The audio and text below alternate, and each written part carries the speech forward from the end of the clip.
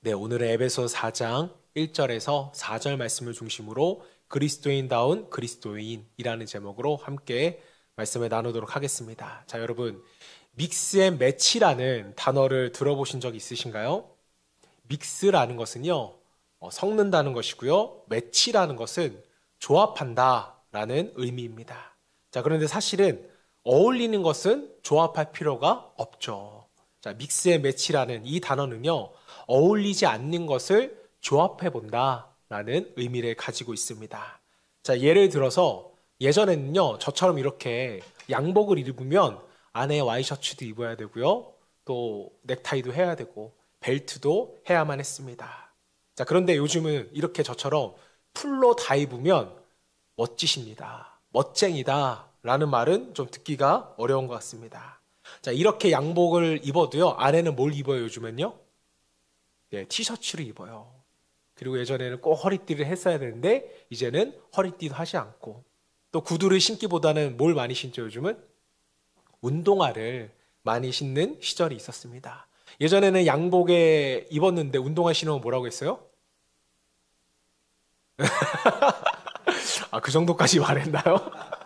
정신 나갔다라는 것까지 말했다고 합니다. 그러니까 어울리지가 않았죠. 네, 믹스의 매치였습니다. 그런데 이렇게 새롭게 조합하는 것을 좋은 의미로서 믹스의 매치라고 말하는 시대가 되었습니다. 이전에는 이상했는데 요즘에는 이렇게 입어도 사람들이 이상하다라는 생각을 하지 않는다는 거예요. 만약에 이게 이상하다고 생각하면 요즘 말로 MZ 세대가 아니라 AZ 세대, AG 세대가 됩니다. AZ 세대가 뭔지 아세요? 맞습니다. 아재라고 불러요. 아재 세대. 아재 세대인 것이죠. 자, 그런데 왜 이렇게 믹스 앤 매치가 용인이 되는 것인가? 이것을 생각해 보면 개인의 취향, 개성이라는 거죠. 예전에 개성이라고 하면 뭐라고 했는지 아세요? 네. 우리 정성 목사님 너무 다 잘 아세요. 네, 말하진 않겠습니다. 네. 오히려 새로운 믹스 매치를 하게 되면 요즘은 센스 있는 사람이라고 하고 앞서 나가는 사람이라고 생각을 하더라는 거예요. 자, 이게 오늘날 시대의 흐름이라고 본다면 개인의 취향은요, 누군가로부터 간섭받을 수가 없다라는 것입니다. 개인의 취향은 지극히 존중받아야 마땅하다는 것이죠. 좋은 건가요? 시대의 흐름상 좋은 거죠. 자, 그런데 이에 따른 부작용도 만만치가 않다라는 것입니다. 자, 개인의 의견을 너무 존중하면서 나타나는 부작용들이 있어요. 대표적인 문제가 바로 젠더 문제였습니다. 자, 지금 미국과 유럽에서는요, 어떤 상황까지 왔냐면요, 남자인데 본인이 여자라고 생각하면 이렇게 성전환 수술도 안 했어요.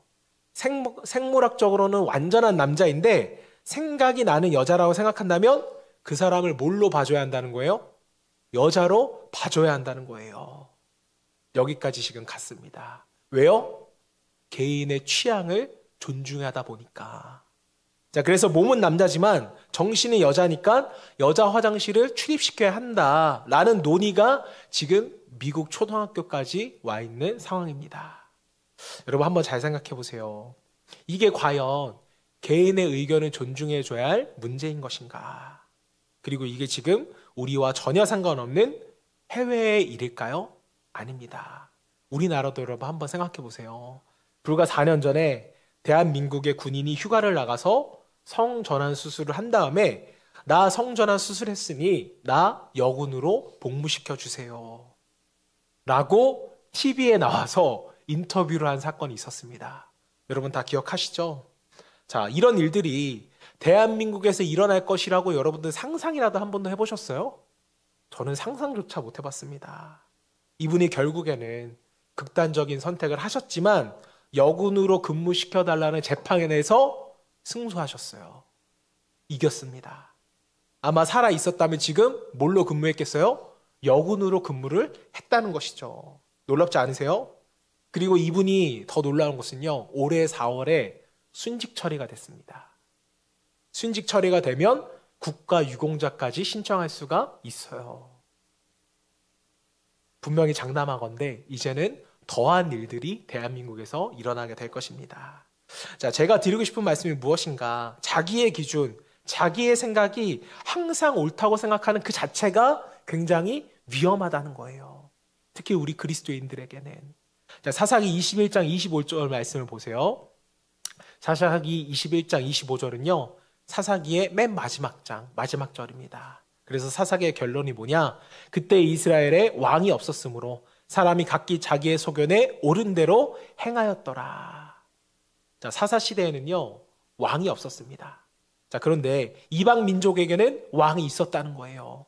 보여지는 인간 왕이 있어서 그 왕이 군사력도 가지고 지배력도 있어서 막 먹을 것을 나눠주고 땅도 나눠주니까 항상 왕을 의존하면서 살았기 때문에 이스라엘 백성들의 불만이 뭐였냐면 우리에게도 보이는 왕을 좀 달라는 거예요.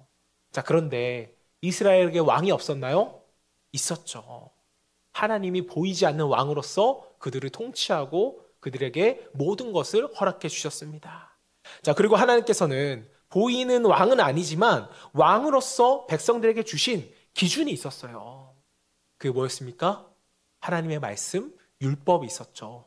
무엇을 해야 하고 무엇을 하면 안 되는지 분명한 기준이 있었음에도 불구하고 이 사사시대 이스라엘 백성들은요, 보이지 않는 하나님을 인정하지 않고 자기 기준, 자기 소견에 옳은 대로 그들이 행했다는 것입니다. 자, 그래서 여러분, 사사기를 사실 읽어보시면요, 정말 이 시대에는 상상도 할 수 없는 그런 끔찍한 범죄들이 정말 많이 나옵니다. 이게 뭔가요? 내가 옳다는 거죠. 내가 여자로 생각하면 여자가 될 수 있다라는 거예요. 그게 과연 옳은 것일까요? 그런데 이게 비단 세상 사람들, 믿지 않는 불신자들의 이야기가 아니라는 것입니다. 예수 그리스도를 머리로 삼는 이 몸된 교회 안에도 그 몸의 지체로서 각각의 성도, 그리고 그 성도가 모여진 공동체 안에서 이러한 일들이 있어요, 없어요? 있다라는 것이죠. 교회 안에도 자기 소견이 있고 자기 주장이 있고 각기의 경험들에 대한 기준이 있다라는 것입니다. 자, 그래서 저는 지금 여러분들한테 자기 주장은 하지도 마세요. 개인의 의견보다는 교회 공동체 의견이 먼저입니다. 이런 이야기를 제가 여러분들에게 말씀드리고 싶은 게 아닙니다. 보이지 않는 하나님이 왕으로서 이 교회를 지금 통치하고 계시고 그 기준이 있는데 우리가 기준 없이, 말씀 없이 하나님의 뜻에 합당하지 않은 자기 소견, 자기 기준을 주장하는 것은 옳지가 않다라는 것입니다. 자, 그래서 교회는요, 자기 생각을 말하는 것이 아니라 성경적인 기준을 가지고 하나님의 뜻을 나누는 곳이 바로 교회고 기준이 되는 것입니다. 그럼 우리는 왜 자꾸 자기 소견과 자기 주장을 주장하는 것일까요? 심지어는 교회 안에서도요. 왜 그럴까요? 여러분, 교회 안에서 자기 주장 안 해보셨어요? 해보셨잖아요. 왜 그러냐면 사람은요, 익숙한 대로 하게끔 되어 있습니다. 익숙한 것과 그렇지 않음의 차이는요, 굉장히 큽니다. 옳고 그름이 아니라 나한테 익숙한 것이 옳다고 생각하는 편협함이 죄인된 우리에게는 분명히 존재합니다. 자, 그리고 그 편협함을 고집하기 시작하면 다툼이 나오는 것이죠. 왜요? 누구도 자기 소견에서 물러서지를 않으니까요. 여러분, 신앙생활이 뭔가요? 신앙생활은 내가 가지고 있는 편협함, 내 관점을 내려놓고 하나님의 눈으로 바라보는 것입니다. 하나님의 그 광활하고 넓은 관점으로, 즉 성경적인 관점으로 바꾸는 것이 신앙생활이에요. 신앙생활을 하는 데 있어서 예수 그리스도가 여전히 내 세상적인 관점의 틀에 갇혀 있다? 이것은 잘못된 겁니다. 우리에게 변화가 필요한 시점이에요. 목사인 저도 물론 마찬가지입니다. 제가 경험한 신앙의 틀, 제가 경험했던 방법 등의 영향을 물론 많이 받겠죠. 자, 그러다 보면 저 나름대로 교회란 무엇인가, 또 예배란 무엇인가, 이런 틀이 주어져요. 자, 그런데 그게 항상 옳은가? 전혀 그렇지 않다라는 것입니다. 그래서 지도자들은 들어야 돼요. 경청의 리더십이 필요한 것입니다. 자, 우리는 다 자기의 생각과 틀이 있어요. 100% 성경적인 관점에 우리가 일치할 수 없기 때문에 우리는 서로 예의를 갖춰서 또 내가 틀릴 수 있다라는 전제를 가지고 서로 대화를 해서 맞춰나가는 것이 교회 안에서의 올바른 소통 방법이고 또 교회가 나아가야 될 지향점이라고 저는 생각합니다. 자, 중요한 건 우리에게 하나님의 기준이 없다라는 것, 성경적 기준이 없다는 것, 이것을 우리가 성경적인 세계관이라고 말하잖아요. 말씀으로 세상을 우리가 해석할 수 있는 능력이 없는데 그저 내 주장만 해서는 안 된다는 얘기를 하는 것입니다. 자, 이스라엘의 전성기 이끌었던 왕은 잘 알다시피 다윗 왕이었습니다. 굉장히 위대한 왕이었죠. 그런데 그는 말년에 굉장한 서름을 당합니다. 압살롬이라는 자기 아들이 왕위를 뺏으려고 자기를 죽이려고 하는 거였어요. 여러분 한번 생각해 보세요. 얼마나 비참해요. 아버지가 아들을 공격하는데 아들이 아버지를 공격하고 그 비통한 신경을 썼던 글이 시편 62편입니다. 자, 여러분이 만약에 다윗이라면 어떻게 하시겠어요? 분명 각자의 방법이 있을 것입니다. 나 같으면 이렇게 하겠어. 나 같으면 이렇게 하겠다. 똑같은 상황이 있어도 반응하는 방법은 분명히 다 다릅니다. 자, 누군가가 알려줬던 세상의 방법으로 또 각자의 경험으로 해결할 수 있는 분이 있을 거고 또 성경적으로 뭔가 기도하고 하나님께 맡기려는 분도 분명히 계실 것입니다. 자, 다윗은 그 상황에서 어떻게 반응하는지를 우리가 한번 볼게요. 시편 62편 1절입니다. 나의 영혼이 잠잠히 하나님만 바라며 나의 구원이 그에게서 나오는도다. 우리가 아는 말씀이고 또 간단한 고백인 것 같지만 이것이 다윗이라는 거예요. 이래서 다윗이 되는 것입니다. 저 같으면 아들이 나를 공격한다?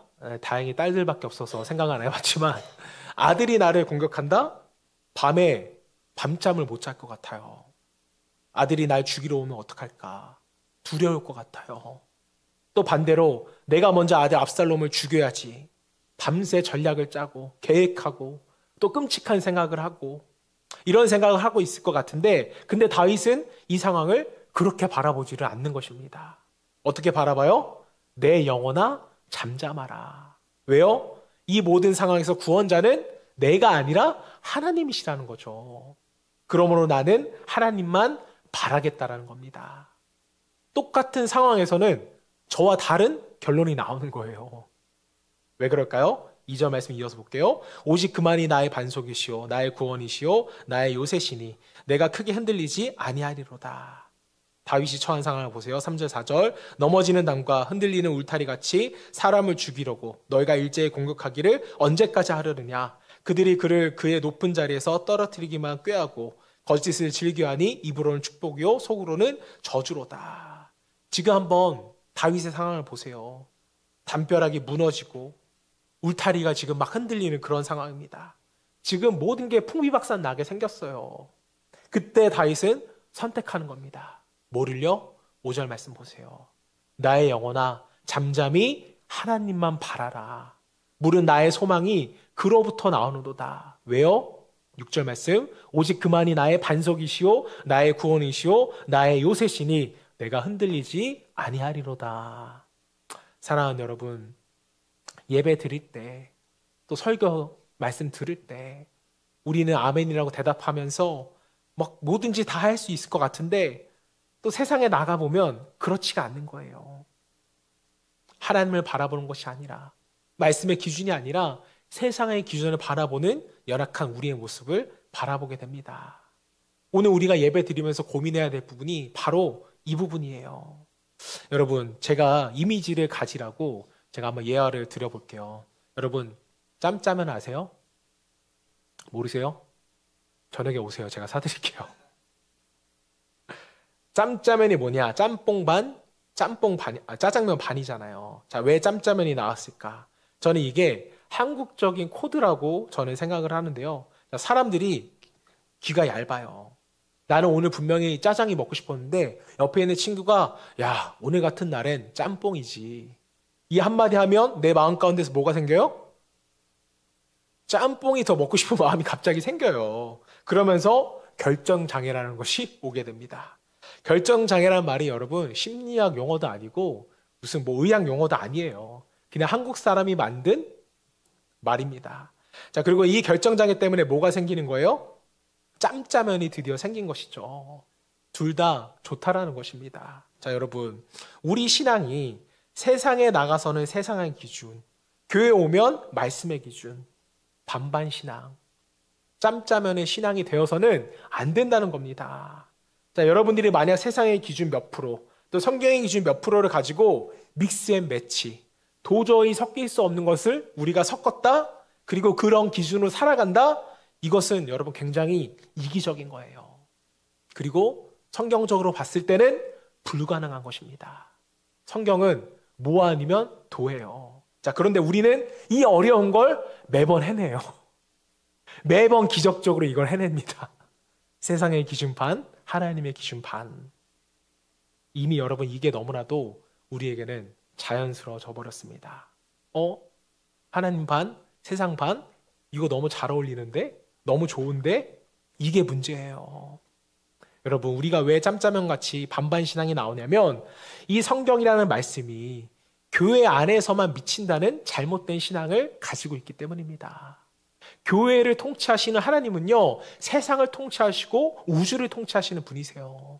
같은 기준이 되어야 합니다.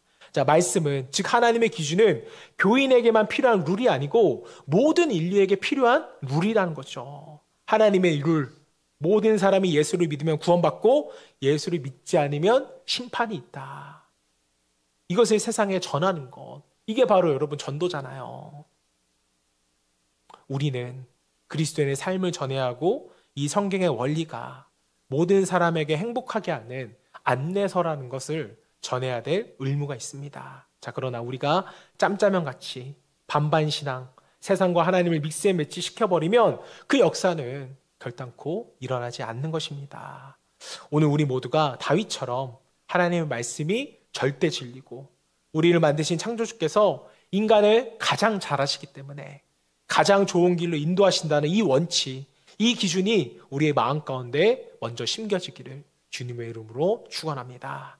자, 오늘 이런 맥락에서 오늘 본문을 좀 살펴보기를 원하는데요. 자, 하나님의 기준대로 살아가야 될 이유가 어디 있는가 우리가 좀 발견해 보기를 원합니다. 자, 먼저 에베소서 4장 1절 말씀. 그러므로 주 안에 갇힌 내가 너희를 권하노니 너희가 부르심을 받은 일에 합당하게 행하여. 자, 여기서 1절에서 중요한 키워드가 하나 있습니다. 그게 뭐냐면 그러므로라는 단어예요. 에베소서는 6장까지 있는데요. 1장부터 3장까지가 한 단락이고 4장부터 6장까지가 한 단락이어서 내용이 좀 다릅니다. 자, 에베소 1장부터 3장까지는 교리에 대한 이야기를 했어요. 우리가 지난 설교를 봐도 구원은 어떻게 되는지, 하나님이 우리를 어떻게 자녀 삼았는지 교리에 대한 이야기를 나눴습니다.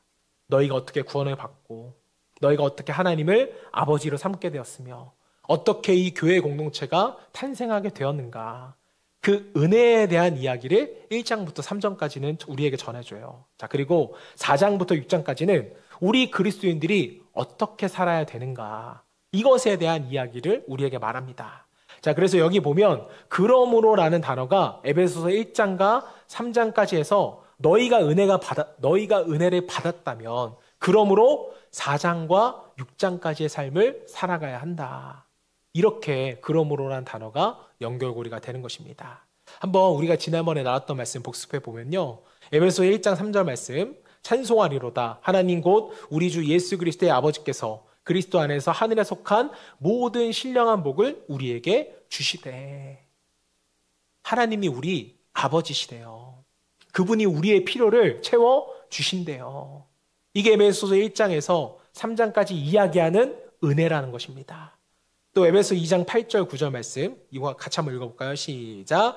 너희는 그 은혜에 의하여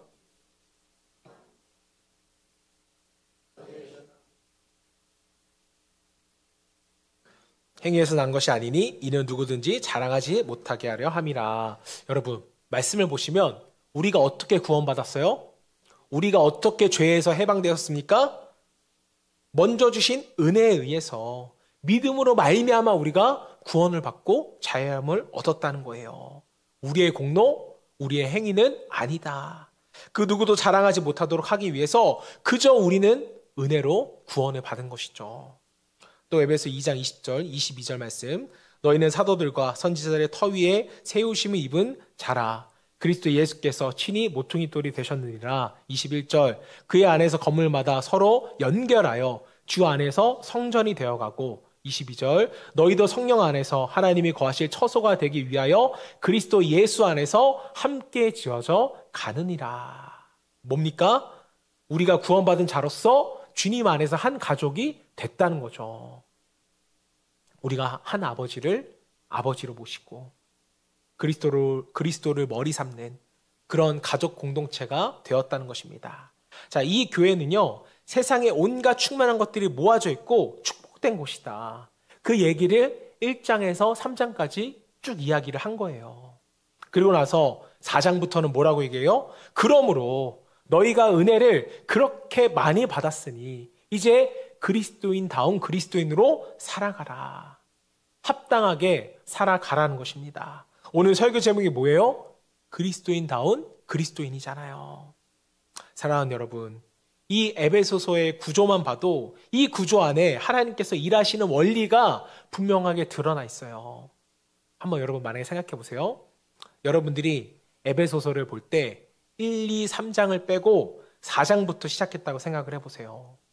즉 은혜 없이, 하나님의 은혜 없이 너희는 이렇게 살아야 돼. 착하게 살아야 돼. 죄짓지 말아야 돼. 사랑해야 돼. 만약 4장이 에베소 1장이었다면 우리는 감당해낼 수가 없습니다. 그렇게 살 수도 없고 의무는 주어졌으니 그 의무의 짐이 너무나도 무겁게만 느껴지겠죠. 그렇게 살아갈 수 없으니까 우리 안에 죄책감은 늘 커져만 갈 것입니다.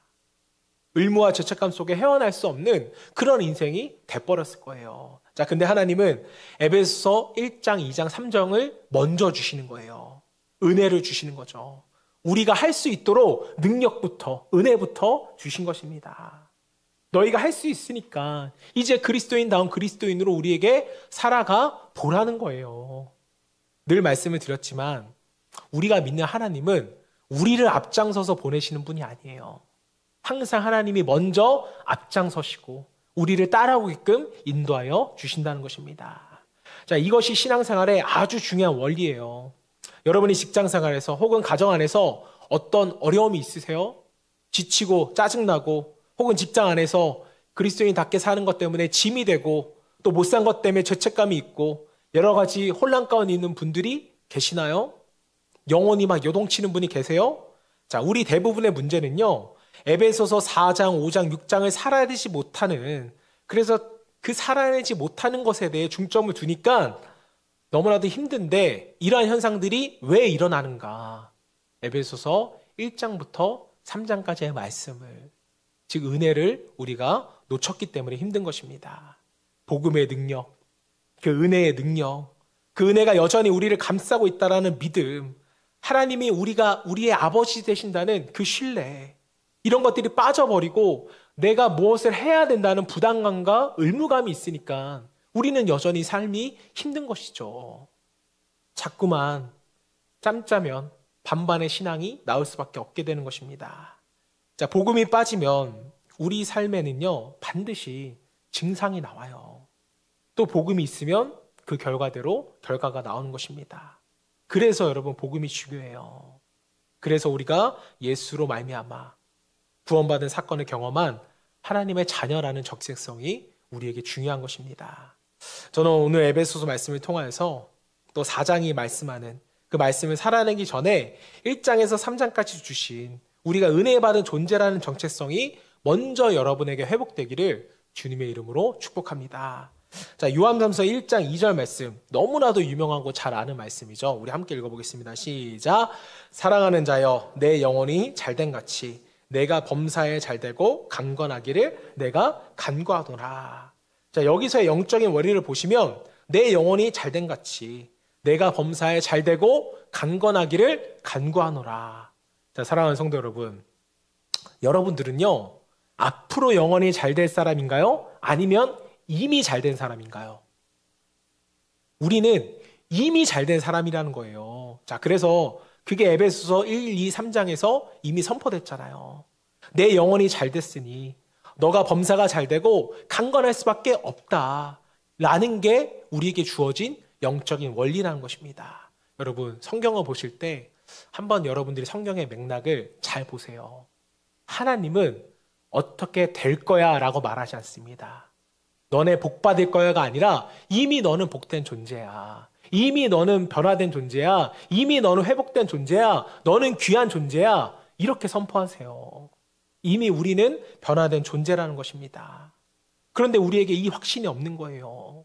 정체성이 없으니까 우리의 삶이 힘들게만 느껴지는 것입니다. 여러분, 이게 빠져버리면요, 내 힘과 내 경험과 내 부족한 모습을 가지고 에베소서 4장부터 나오는 그 삶을 살아내려고 끊임없이 몸부림치지만 한계를 만나는 겁니다. 오늘 에베소서 1장에서부터 3장까지 해서 그 은혜를 받고 또 하나님의 자녀가 되고 하나님의 통치 안으로 들어가게 되었다면, 그것을 우리가 믿는다면 그때부터 우리가 에베소서 4장 이후의 삶을 살아가게 되는 것입니다. 자, 그 4장에서 무엇을 말하고 있는가? 어떻게 살아야 되는 것을 우리에게 권면하고 있는가? 4장 1절 말씀 같이 읽어보겠습니다. 시작. 그러므로 주 안에서 갇힌 내가 너희를 권하노니 너희가 부르심을 받은 일에 합당하게 행하여.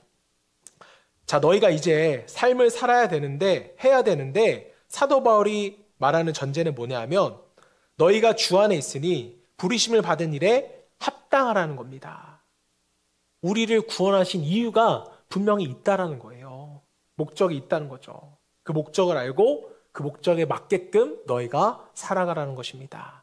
자, 그래서 여기서 여러분들이 기억하셔야 되는 이미지가 하나 있는데요. 짬짜면을 기억하시고요. 짬짜면이 싫어하신 분들은 양념반 후라이드 반을 생각하시면 됩니다. 자, 두 번째 기억하셔야 되는 이미지가 뭐냐면 합당하게라는 단어의 이 원어의 이미지예요. 자, 합당하다라는 것은요, 기둥이 하나 서 있으면 불안하잖아요. 두 개를 세워서 균형을 맞춘다라는 의미가 합당하다는 단어의 원어의 의미입니다. 자, 이게 좀 더 여러분 쉽게 이해하려면 양팔 저울 있죠. 네, 양팔 저울 아시죠? 양파 재는 저울 말고 양팔 저울. 굉장히 재미있는 웃음의 코드인데 이해를 못하시면 안 됩니다. 자, 한쪽에 뭔가 올려 놓으면요, 이게 기울어지잖아요. 그럼 균형을 맞추려면 어떻게 해야 돼요? 이쪽에 물건을 둬야 균형이 맞춰지잖아요. 이게 여러분 합당하게라는 의미입니다. 이쪽 무게에 맞게끔 너도 뭔가 무게 있게 살라는 거예요. 그래서 우리의 삶의 균형을 맞추라는 것이 합당하게라는 의미입니다. 자, 한번 히브리서 12장 3절 말씀 볼게요. 히브리서는 참 믿음으로 살았던 사람이 순교당해까지 힘든 환난을 겪었던 그런 상황 속에 있는 사람들의 이야기입니다. 표준 세번역번호로 좀 읽어드리겠습니다. 자기에 대한 죄인들의 이러한 반항을 참아내신 분, 이분이 누구예요? 예수님이죠. 예수를 생각하십시오. 그리하면 여러분은 낙심하여 지치는 일이 없을 것입니다. 이게 뭔가 양팔 저울이 있는데 지금 이게 나예요. 내가 지쳤어요. 무너졌어요. 제가 기울어져 버렸습니다. 그때 히브리서 12장은 무엇을 얘기하고 있는가? 내가 힘든 거 알겠어. 알지만 그때 내가 하나님과 원수되고 내가 하나님께 죄인 되었을 때 그 죄악을, 너의 반항을 참아내신 예수 그리스도를 이쪽에 올려놔. 그럼 너가 균형 있게 합당하게 살아갈 수 있을 거야. 지금 이렇게 우리에게 말씀을 해주는 거예요. 너가 힘들지, 어렵지, 예수를 깊이 생각해봐. 그래서 균형을 맞춰봐. 여러분, 왜 우리가 고난 가운데 헤어나지 못하는가? 예수님이 우리 때문에 받은 고난을 생각하지 못하고 있기 때문입니다. 또 4절 말씀 보세요. 여러분은 죄와 맞서서 싸우지만 아직 피를 흘리기까지 대항한 일은 뭐래요? 없습니다. 이 얘기가 무슨 얘기예요? 내가 죄 때문에 비참한 자리까지 내려왔지만 하지만 싸우지를 않아요. 거기에 그냥 무너져 있는 거예요. 왜 그럴까요? 예수님이 나 하나 살리시겠다고 십자가에서 피 흘리신 그 보혈의 무게를 우리가 생각하지 않았기 때문입니다. 주님께서 날 위해 흘리신 보혈을 생각하며 싸우고 균형을 좀 잡아보라는 이야기예요. 우리가 왜 중독되고 왜 죄 가운데 우리가 헤어나지 못하는 것인가? 결국 이 은혜의 복음을 놓쳐버렸기 때문입니다. 우리의 삶의 무게가 예수 그리스도의 무게보다 적게 나갈까요? 아니죠. 충분히 예수 그리스도를 통하여서 우리는 그 균형을 맞출 수가 있는 것입니다. 우리는 안 아픈 게 좋아요. 고통이 없는 게 축복된 인상이라고 생각합니다. 자, 그러니까 합당하게 균형 있게 서 있지를 못해요. 계속 기울어져 있습니다. 이쪽을 생각하지 못하니까. 오늘 이 부르심에 합당하다는 것도 똑같습니다. 부르심에 무게가 있는 거예요. 하나님이 부르시는 우리에게 구원하신 목적이 이쪽에 있다는 것입니다. 그 목적이 지금 무거워서 내려가져 있습니다. 자, 그렇다면 우리의 삶이 어때야 합니까? 이 부르심에 맞도록 힘을 줘야죠. 무게를 둬야 균형은 맞춰지는 것입니다. 이게 여러분 부르심에 합당하다는 뜻의 의미예요. 여러분 제가 권면해 드릴게요. 오늘 집에 가면 양팔 저울을 하나 구입하시길 바랍니다.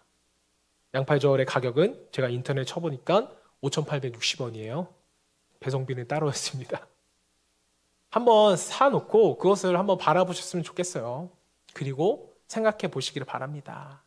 내가 지금 그 부르심에 합당하게 살고 있는가? 혹시 내가 세상적으로 지금 기울어져 있지는 않은가? 여러분의 그 모습을 점검해 보면서 한번 균형을 잘 맞춰보시길 바라요. 예수 그리스도의 무게가 우리의 삶의 균형을 분명하게 맞춰주실 것입니다. 자, 첫 번째, 이 교회의 공동체 하나됨을 지키는 것. 이것이 바로 부르심에 합당한 우리의 삶이고요. 자, 에베소서 4장 2절 3절 말씀 한번 볼게요. 우리가 좀 양팔 저울을 균형 있게 살아가기 위해서 우리가 좀 살아내야 될 것들이 있는데 그게 바로 공동체의 하나됨을 지키는 것입니다. 4장 2절 3절 말씀 함께 읽어보겠습니다. 시작. 모든 겸손과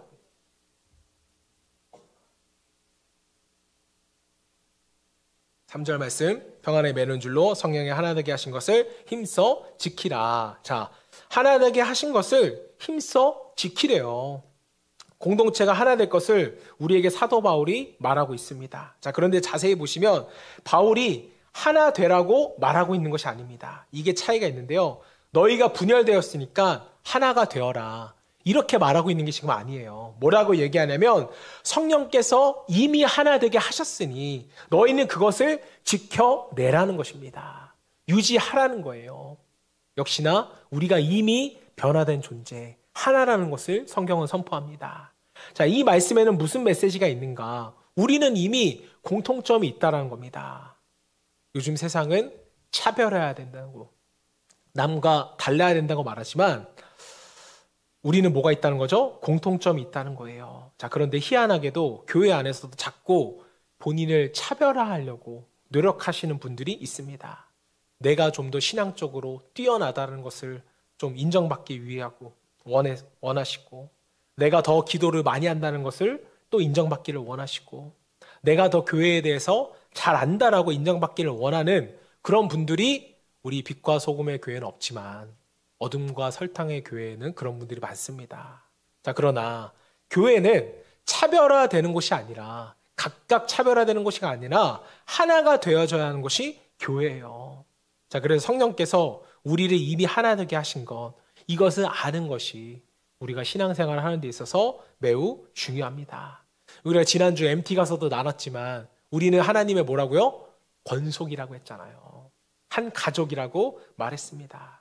우리가 아버지가 같고 우리를 구원하신 그리스도가 같고 우리 안에 한 성령님이 역사하시잖아요. 혹시 여기 계신 분들 중에 다른 예수님께 구원받은 분 계세요? 없잖아요. 우리는 한 예수님께 구원받은 존재입니다. 자, 그런데 이러한 공통점, 이런 같음이 있음에도 굳이 차별화를 두겠다? 이것은 교만이죠. 하나님의 뜻이 아닙니다. 제가 한번 다큐멘터리를 본 적이 있는데요.